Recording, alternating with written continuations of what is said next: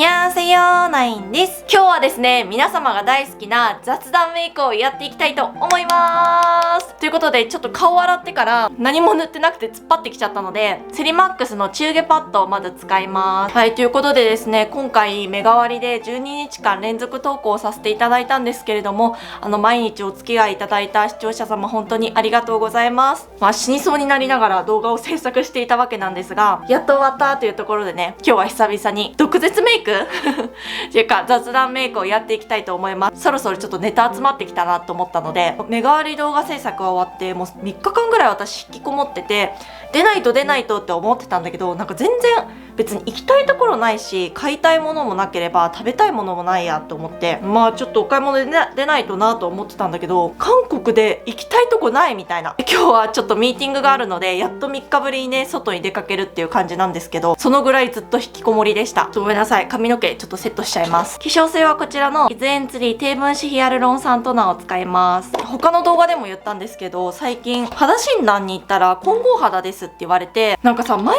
回肌診断受けるたびに肌質が変わるの。乾燥肌って言われてみたり、オイリー肌ですって言われてみたり、今回は混合肌って言われてみたり、私はずっと自分がね乾燥肌だと思ってたんだけれども、やっぱ季節とかによってお肌の状態って変わるわけですよ。だから皆さんもその365日自分が同じ肌タイプって思ってたら全く違うこともあるので、定期的にやっぱ肌診断とか受けるとすごくいいなって思いました。視聴者さんもね、なんか自分の肌タイプが分かりませんっていう方いらっしゃったので、本当に分からないっていう方もいれば、自分がそうだと思ってても違うこともあるので、日本ではどうなんだろう、肌診断受けられるところってエステとか化粧品のブースとかであるんですかね。なんか韓国はもう本当に機械にボーンって入ってから、もうなんかすっごい細かく見てくれるんですよ。シワの数とか毛穴の数とか、シミがどういう状態とか、肌のタイプとか、皮脂がどれぐらいあるかとか、そういうのすっごい細かく見てくれる機械があって、そういうのをもう皮膚科自体で取り扱ってるところがあるんですね。日本ってどういうところで受けられるのかわからないんですけれども、一度ねやっぱそういうのをやっておくと、自分の今のお肌の状態っていうのがすごくわかるし、いつも私も言うんですけれども、やっぱ季節によってお肌タイプっていう変わるんですよ。いつもなんかナインちゃんの常に使っている商品を知りたいって聞かれるんですけれども、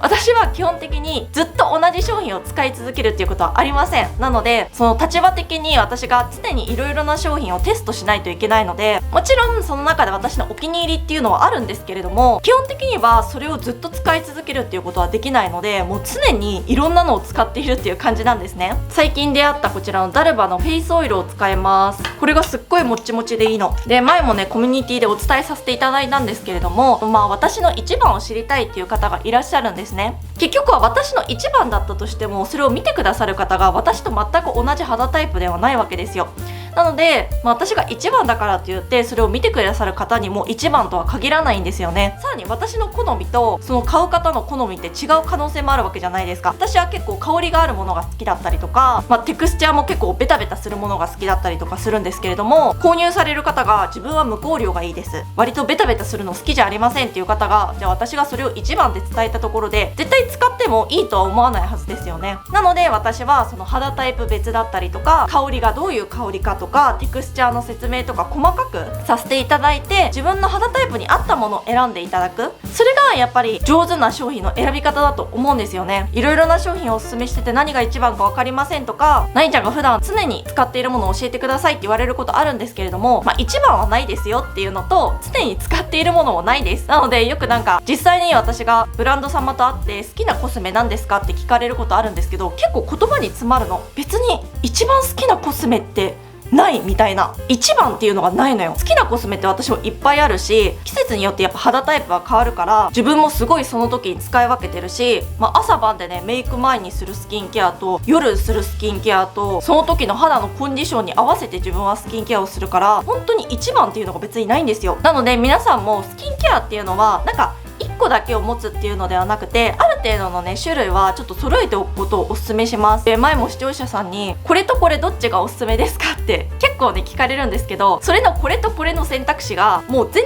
然違うものだったの。1個は美白、1個は保湿とか、1個は美白、1個は毛穴とか、それってその方が自分が何をアプローチしたいかによるじゃないですか。それが私がどっちがいいですよっていうもんじゃなくって、その方が美白ケアをしたいのか毛穴ケアをしたいかによって選ぶ商品って変わりますよね。なので自分の肌タイプは何か、自分の好みは何か、自分は何が悩みなのか、この3点をねちょっとしっかりと見極めていただいて、動画をね参考にしていただけたらいいなって思います。リデンスのアンプルを使っていきます。今日はちょっとミーティングがあるので、ちょっとメイク崩れたくないわっていうことで、崩れないメイクをしていきたいと思います。崩れないメイクにこのリデンスのアンプルとこの後使うクリームが本当にメイクが崩れなくって、面白いほどファンデーションが綺麗にのるの。前もねこちらの別の動画で詳しく説明してるので、ちょっとそちらを参考にしていただけたらと思います。今日はねちょっと雑談メイクっていうことなので、最近あったすっごい気持ち悪い話していい？リデンスのリカバリークリームを使います。ちょっとね私最近皮膚科でねジュベルク水光注射っていうものを打ってきたの。そしたらここにあざができちゃって、まだこうやって残ってるんだけど、首のシワにも打ったんだけどね、まだちょっと内出血が残っている状態です。ちょっと気持ち悪い話の前にちょっと首のシワの話していいですか？よく行ってる皮膚科のところで顔のジュベルク水光注射と首のジュベルク水光注射を打ったんですよ。首ってさやっぱすごいケアが難しいじゃないですか。小じわがねこうやってシャーシャーってあったの。それでなんかヒアルロン酸とかを打っちゃうとやっぱすごい首のシワって、ヒアルロン酸って技術が難しいし、こうデコボコしちゃったりそういうリスクがあるから、最近ではそのジュベルク水光注射っていうのとインモード高周波を組み合わせて施術をするのが結構ドクターの中で流行ってるらしいんですね。で私も今回そちらを受けさせていただいたんですけれども、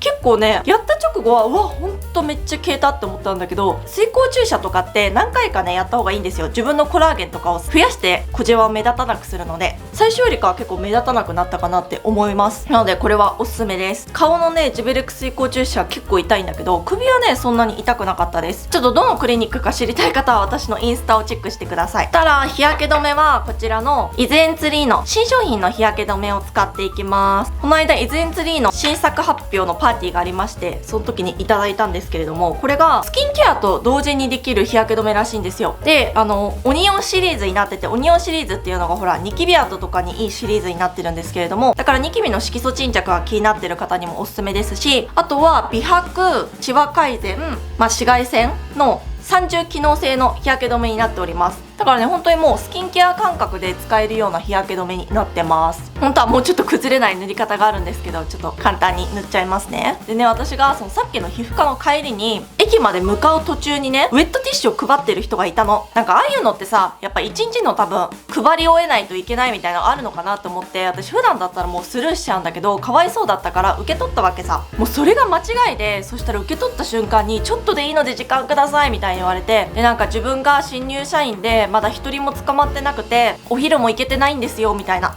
もう人助けると思ってちょっとで終わるからお願いできませんかって言われて、私はみたいな。でその後私もミーティングがあったから本当に時間がなかったの。だから私もいやこの後ミーティングあるんで無理ですって言ったんだよ。なのに本当に超しつこくってすぐ終わるすぐ終わるって言うから、じゃあもうかわいそうだからすぐ終わるんだったらって思って、いや本当にすぐ終わるって言うからね。んでさその人についてったわけ。エレベーター登ってビルの中に上がらされて、でなんか名前と電話番号みたいな書かされて、ちょっと嫌だったから偽の電話番号書いといたんだけど、ルナのコンシーラーを使います。ここのあざを隠していきますね。でなんか私は本当にその中入って一周回ってすぐ終わるかと思ったの。そしたら全然終わらなくて、なんかずーっと話してくるわけ。いや早く終わるんじゃなかったのって思って、そしたらさ私マスクしてたんだよその時。なのになんか自分とあなたは顔が雰囲気似てるから、なんかこの後上司紹介するんだけど親戚っていうことにしとくから、そうすればいろいろ情報を教えてくれると思うからみたいに言ってきて、はぁみたいな、似てないからみたいな思って、勝手に似てるとか言わないでくれるって思って、いやマスクしててここしか見えてないのに似てるとか意味わかんないし、しかも一個も似てないしとか思って、何なんだろうこの人って思って、で結局さその後なんかその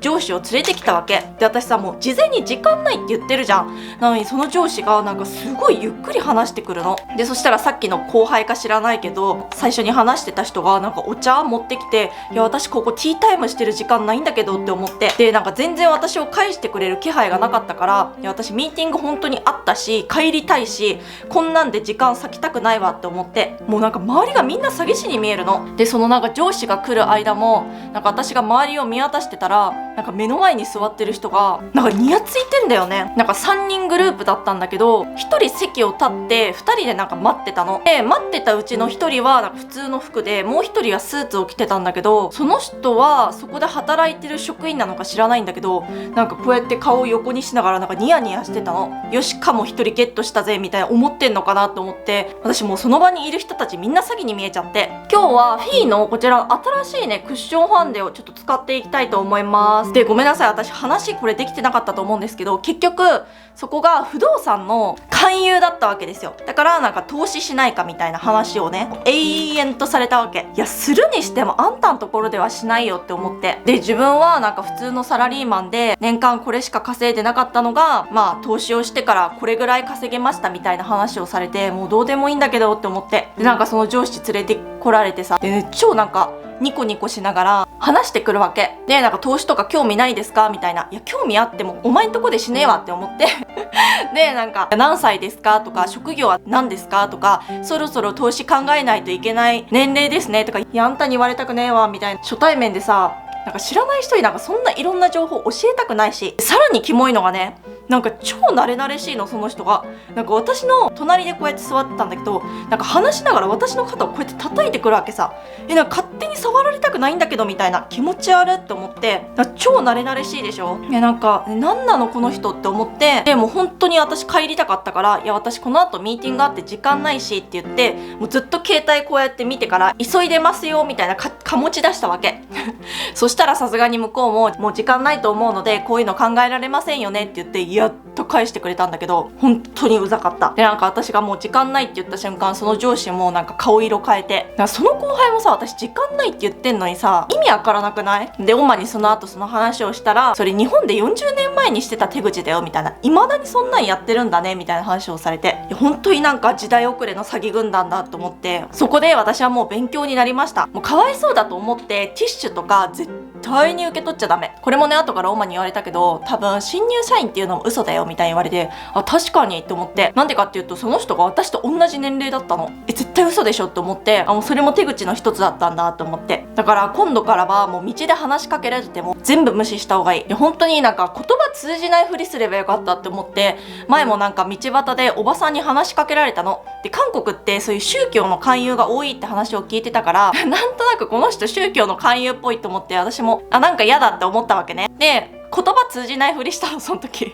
したら向こうが外国人の方ですかみたいな言われて、本当もう通じませんみたいな感じに言ったら、向こうがすぐ去ってくれたから、その手使えばよかったと思って、もう今度からは言葉通じないふりか無視かどっちか。なんかすっごい強引なんだよね。本当に嫌だって思って。でさ、結局その不動産も20分ぐらい時間捕まって、本当に腹立ったっていう話。人の時間ってただじゃないんだよって思って、すごく腹立つって思って、ちょっと勉強になりましたっていう話でした。でそれを私がインスタに載せて、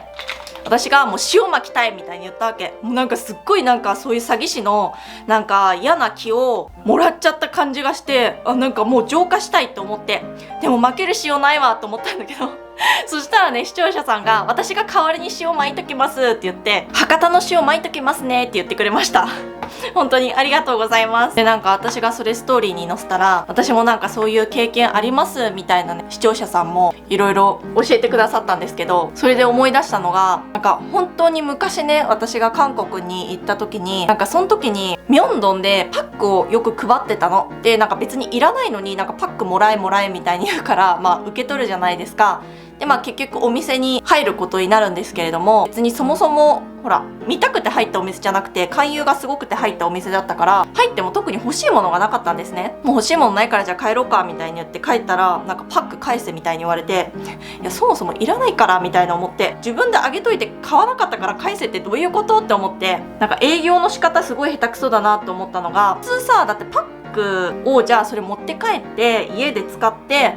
いいって思えばさ、後日買いに来ることもあるわけじゃない。だからなんかそこで返せってなんかすっごい営業下手くそと思って、どうせ多分もうそのお店潰れてるだろうけどでケチケチしてると人逃すんだよって思いました。こちらのルナのパウダーを使います。さっきの話に戻るんだけど、ちょっともうお清めのために塩とか買っとこうかなと思って、とりあえず私は塩がなかったから家にある鈴をチリチリチリっていっぱい鳴らして浄化しときました。本当になんかただより怖いものないなっていう話を視聴者さんともしてたんだけれども、私が昔映画館にオンマと行った時にそこにポーラの方たちが来てて、なんか無料でハンドマッサージ受けませんかみたいないたのね。で私は別に全然興味なかったんだけど、なんかオンマが受けたいみたいに言うから、受けたわけよ。そしたら結構力強くてさ、普通に気持ちよかったんだけど、で後日私腕見たらあざだらけになってて、別に全然ポーラの方を悪く言うわけじゃないんですよ。なんかそういうことがあって、いや本当になんかただより怖いものはないなって思いました。こちらのシャネルのハイライトをちょっと目元にまずのせます。でこの間ねスタバに行ったんだけれども、韓国って結構なんか椅子なのにあぐらをかいてる方が多いわけですよ。正直言って椅子の上であぐらかくこと自体ちょっと衝撃だったんですけれども、韓国あるあるだなって思ってたの。スタバでその隣に座ってた女の子がまたあぐらをかいてたわけですよ。で大体今あぐらかくって言ってもせめて靴は脱いでる方が多いんですね。だけどその女の子が靴脱がずにもう土足のままであぐらをかいてたの。でうわ汚なって思って、だってさその子だけの椅子じゃないじゃない、他の人も座るわけじゃない。でうわ汚なって思って、なんかその子が床にその子のカバンも置いてたの。で見たらなんかオレンジのリュック、ボストンバッグかなんかわからないけど、なんかそういうカバンでもうオレンジのカバンが真っ黒になってたの。でこの子ほんとそういうの全然大丈夫なんだみたいな思って、人のことだしどうでもいいって思って私はもう気にしないって思ってたのね。そしたらなんかその子は帰る時になって、なんか私は2人席に座ってたので、目の前の椅子に私のコートとか荷物をかけてたのね。そしたらその子が帰る時にそのコートとかかけてた私の椅子にバーンってぶつかってから、その椅子が30センチから50センチぐらいかもしれない、結構バーってなんか椅子が移動したの。って思って、でなんかその子がパッて振り向いたわけ。そしたらそのまま知らんぷりして帰ったの。って思って、いや普通さなんか人の荷物かかってる椅子がさバーって動いてさ30から50センチも動いちゃったらさ、ごめんなさいっていうか戻すかどっちかするじゃない。で声かけてくれたら大丈夫ですよって言って私普通に戻すし、なんか何にもなかったふりしてパーってなんか無視していって、ありえないんですけどって思って、土足で椅子の上であぐらかくぐらいだからもうそういう方なんだなって思って、なんかスタバももう利用したくないなって思っちゃった。シャドウはこちらのディオールを使いました。涙袋はこちらのディアエンを使います。なんかやっぱりそのお店を選ぶっていうのは、結局はそのお店っていうのも客層が現れるわけじゃないですか。別にスタバの方がみんな客層が悪いっていうわけではないんですけれども、極端な話、例えばね高級ホテルのカフェとかにそんな客層が悪い方とかあんまいらっしゃらないじゃないですかっていう話です。であとはなんか韓国って本当に食べ物がすごい甘いよねって多分前も言ったと思うんですけど、アイライナーはケイトを使います。なんか私がある韓国のカフェに行ってサンドイッチを買った時に普通になんか卵ベーコンサンドみたいなやつを買ったんだよね。そしたら普通さしょっぱいサンドイッチって想像するじゃない。そしたらなんかそこにいちごジャムが挟まってたの。ある方がインスタでなんか韓国独特な食べ物みたいな感じで、そういうしょっぱい系のサンドイッチにいちごジャムが挟まってて、意外とそれが美味しいんだみたいな書いてる人いたけど、私はちょっともう本当に無理だった。なんかしかもそれがなんか美味しいいちごジャムがじゃなくって、もうなんかいちごジャムの一番安いやつだから、もういちごの本物のいちご 0% みたいな感じ。ただいちごの香料をつけたぐらいのもうほぼ 100% 砂糖みたいなジャムですっごいまずかったの。ちょっと私はそのしょっぱい系のサンドイッチになんでジャムを入れちゃったのか本当に理解ができなかった。それ以外にもなんかここ美味しいよって言われて行ったパン屋さんがあるのね。でそこで唯一美味しかったのがカヌレは結構美味しかったのよ。でそれ以外になんかしょっぱい系のピザパンみたいのがあって、なんか美味しそうって思って買ったのね。そしたらなんか結局そのピザのソースとなんかオリーブとかがバーってかかって、でチーズとかがかかってたんだけど、その上からグラニュー糖みたいな、そうなんかほらケーキのさいちごとかにツヤ出しをする砂糖みたいなのあるじゃない。あれなんていうの、なんかグラニュー糖わかんないけど、あれをもうパンの上にぎっタギタにかけてたの。だからまず一口かじると超甘いわけ。そう、しょっぱさの中に超甘いグラニュー糖みたいのがゴテゴテにかかってるから超甘いの。すっごい気持ち悪いって思ってどれも受け付けられなかったから韓国って本当に何でもかんでも甘くするから、もうこのままいると本当に糖尿病になるよって思った。だから私も基本的にはごめんなさい、また紹介するの忘れちゃった。喋ってるとね分かんなくなっちゃう。コスノリのこのアイラッシュセラムっていうのとティンティングセラムっていうのを使ってます。まずベースでこっちの白い方をつけて上からこっちをつけるっていう感じです。私基本的に韓国で絶対しょっぱいものしか食べないようにしてるの。だからパン屋行っても甘いものとか極力買わないし、なんかね結構その甘いものばっか食べてると嫌になってくるの。その甘いものっていうのがこうリラックス効果があるから、ちょっとこうホッとしたい時とかには甘いもの取るのはいいんだけど、集中したい時に甘いもの取ってしまうと集中力が落ちるんだって。だからやる気をなくしちゃったりとか、結構さ甘いものたくさん食べるとさ頭がぼーっとしたりするじゃない。よしやるぞみたいな時には甘いものは取らない方がいいらしくて、だから私も基本的にちょっと仕事しないといけない時は極力甘いものは避けてるんだけれども、皆さんも気をつけてください。最近ね私がよく信頼している先生のところにリップのアートメイクとあとマツパを受けに行ってきました。でリップはなんか私が前他のところで受けたんだけれども、なんかオーバーリップできないってその時断られたの。今回先生のところでオーバーリップできるよって言って、オーバーリップにねすごい綺麗な形に整えてもらって、今日4日目なんですけどこんな感じです。めっちゃ綺麗でしょ。でまつげもパーマアートって言って、パーマプラスその足りないところをねエクステをプラスしてくれたんですけど、パーマも上下で当ててくれたの。上と下、その下のまつげが上向いちゃってるよりこう下にね下ろしてあげた方が毛量が多く見えるので、下のまつげのパーマって結構いいなって思いました。で残念なことにまつげのエクステの方はですね、私が寝てる時に自分がやっぱ癖ですごいかいちゃってるんだろうね。でかなりの量ねすっごい丁寧につけてくれたんですけど抜けちゃいまして、ほぼほぼ地まつげしか残ってないんじゃないかなっていう感じです。でもそのまつエクもすっごい自然で、もうそこオリジナルのまつげエクステを使ってるんだって。でもう人間の毛に近いような毛で、全然重さとかもないしすごい軽いので、全然チクチク感とかもないから、なんか特別な時とかにつけるのは全然いいんじゃないかなって思いました。リップとパーマアートに関してはまた別の動画でね紹介したいと思うので、ちょっとお楽しみにお待ちください。で眉毛のねリタッチを2回目受けてきまして、かなりねもう綺麗になりました。なんですけどちょっとだけ色を足そうかなと思って今足してます。本当にね自然でいかにもやりましたみたいな感じが出ないから、本当この先生は本当にとっても上手だから、私はダントツこちらをおすすめいたします。で最近ね韓国でも珍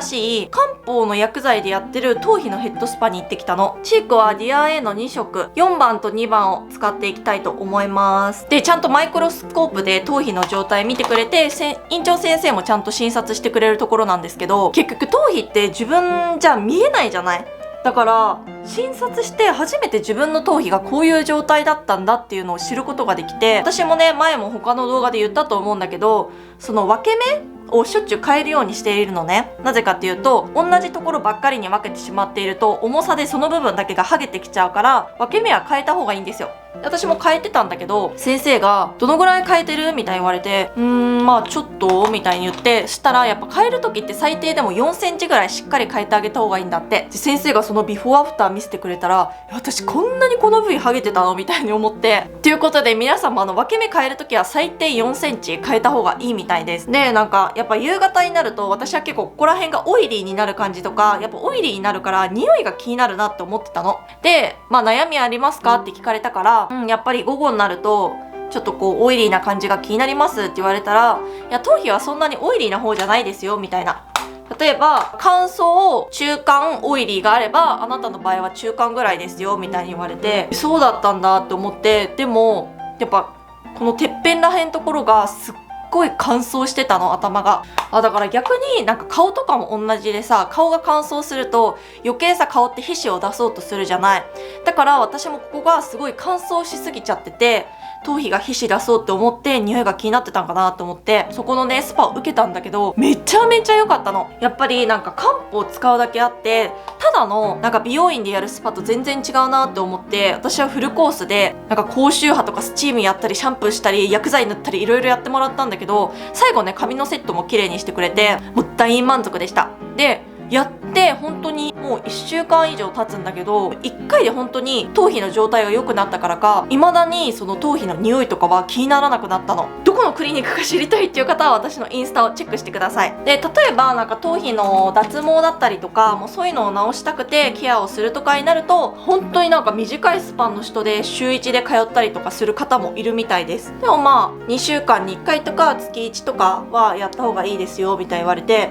でなんかデコルテのマッサージとかも含まれてるのだから、なんかほんと気持ちよくって寝落ちしちゃったんだけど、皆さんもねぜひ韓国に行ってちょっとね時間ある方とか興味ある方行ってみてください。私の名前伝えていただければUV のスプレーをプレゼントしてくださるそうです。なるべくねなんかいろんな方に言ってほしいなと思って、何か視聴者さんにプレゼントしてくれませんかって言ったら、いいですよって言ってっていうことなので、ぜひ私の名前お伝えください。ベイクメイクのシェーディングを使いました。ちょっと蓋が壊れちゃった。この前ね急に不動産の方から連絡があって、なんか読んだら必ず返信してくださいみたいに言われて、部屋の中でタバコ禁止、釘で穴開けるのも禁止、ペット飼うの禁止で、あまりにも守らなかったりとか部屋の状態が悪い時には退去する時にお金払ってもらいますよみたいな連絡が来て、いや私タバコも吸わないし綺麗好きなので安心してくださいって返信したんですけれども、なんか私のこのマンションって結構ね韓国人の方より中国の方が多分9割なんですよ。前も言ったんだけど、そのロビーでおしっこしたの誰みたいな、教養あって生きてねみたいなことを書かれてたって言ったじゃないですか。だから多分それ本当にペットのおしっこだったんじゃないかなって私は思って、多分その不動産から来たことをもう全部当てはまってる人がいたんだなと思って、なんかある人が退去する時にあんまりにも部屋の状態が悪かったんだって、だからその警告文を送ってますみたいに言ってたんだけど、ひどいよね。多分相当汚かったんじゃない？だってこの部屋さ全部壁が白だから、多分この部屋でタバコ吸ったら真っ黄色になってると思う。さすがにそういうルールは守ってよねって思っちゃうよね。でリップはですね、こちらのハートパーセントのライナーを使います。オンマと話しているとなんか毎回なんかいろんなことに例えてくるの。でも私とオンマはあまりにも世代が違うから、なんか例えられても何それみたいなことが多いわけよ。だから前もね私が本当編集続きで全然寝れてなくて、クマがすごかったの。そしたらオンマが大ちゃんの涙になってるよみたいな、ドヨヨーンって言って、大ちゃんの涙って何って言ってここに載せておくんですけれども、みんな知ってる？大ちゃんの涙っていうなんか昭和のキャラクターを急に出してきて、その他にもねなんか私がほら前職でタイツ履いてたから、で私ほら人差し指が超長いのよ。だからなんか靴下とか結構詰まっちゃうので、それ詰まって痛いんだよねみたいな話をしたら、じゃあ靴下イヤミにしときなみたいに言われて、イヤミっていうのはおそ松くんのイヤミ、さすがになんかおそ松くんは知ってたけど、イヤミのその足元まで見てなくて何それみたいに言って、イヤミの足元の靴下がビヨーンって伸びてるので、それにしときなみたいに言われて、なんかすっごい面白かった。あとはなんかカッパの CM とか知ってる？何これって言ったんだけど、なんかお酒の CM なんだけど、カッパの木桜っていうなんかカッパッパカッパッパルンパッパカッパキザクラルンパッパみたいなそういう CM があって、皆さん知ってます？なんかオンマの年代の方知ってるかな？でもなんかこの CM が結構面白くって、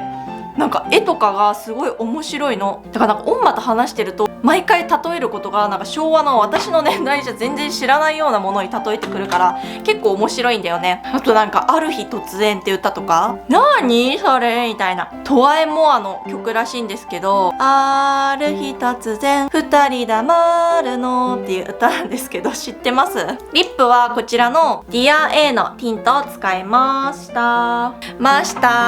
で、その上からですね P のリップが可愛いので、ちょっとこれを上から重ねようかなと思ってます。で、なんでティントをベースに引いてるかというと、ティントって落ちないから、これだけだとねちょっと落ちちゃうから、ベースにこれを引いといてます。 ND の4番 MY を使います。で、このセットの P のリップ専用のこのねなんかプリプリしたブラシみたいのがあるんですけど、こちらをちょっと重ねていきたいと思います。こっちはね割となんかベルベットみたいな感じの質感です。カッパの CM ソング聞いたらすっごい頭についた。カッパパーラッパパーなんちゃらかんちゃらみたいな。はい、こんな感じで可愛いでしょ。もう一個ね、なんか新しいグロスがありまして、このヒーのグロスなんですけど、これが黒なの。黒いグロスで、黒って思うんですけど、ちょっとこれを重ねると大人っぽいお色味になるわけですよ。今のせてみると、黒じゃんってなるんだけど、伸ばしていくとちょっとね大人っぽい色に落ちるんですよね。ちょっと今日塗ったものだと私が思ってた色じゃないんだけど、